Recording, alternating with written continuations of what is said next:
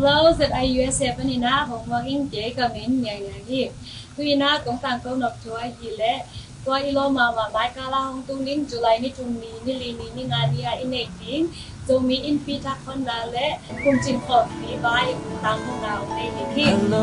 In phi sung á lụt không ní mô. Lungdam Zomi. Dẫu vẫn tôi tê luôn ta cần nuông dễ hiểu. Yeah, đừng mơ dầu bí.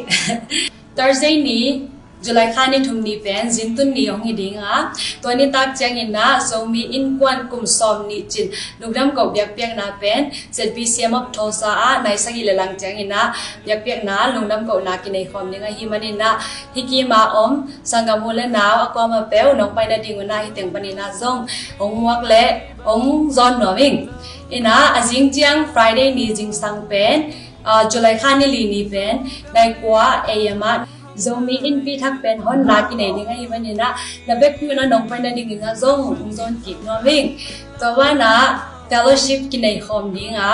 to tenga pen ni le ZIOK na it na an kwang lui ding hi in to wa na business ki nei to ki zom to so dinga to ki chang ina azing chiang Saturday ni July ni li ni chang ina zong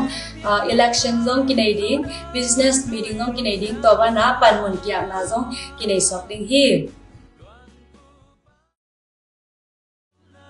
ni ngani jing sang chang ina Zomi in pita khon na ki nei ding a to wa na palai akwa ma bel to palai ma kai akwa ma bel to fellowship na ZIOK na ina an kwang hong lui ding ho hi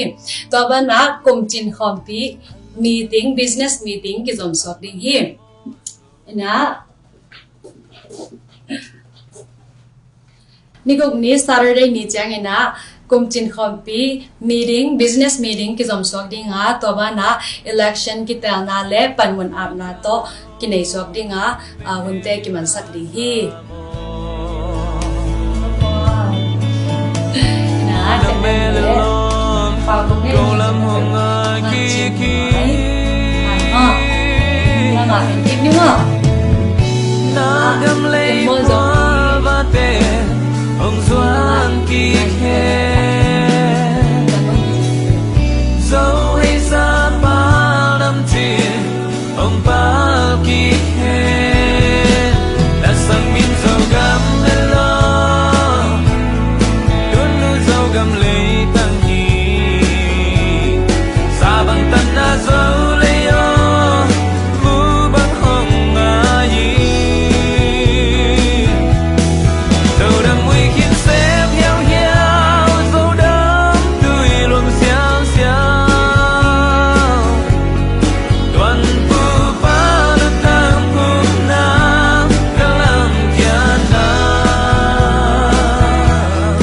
dâu gam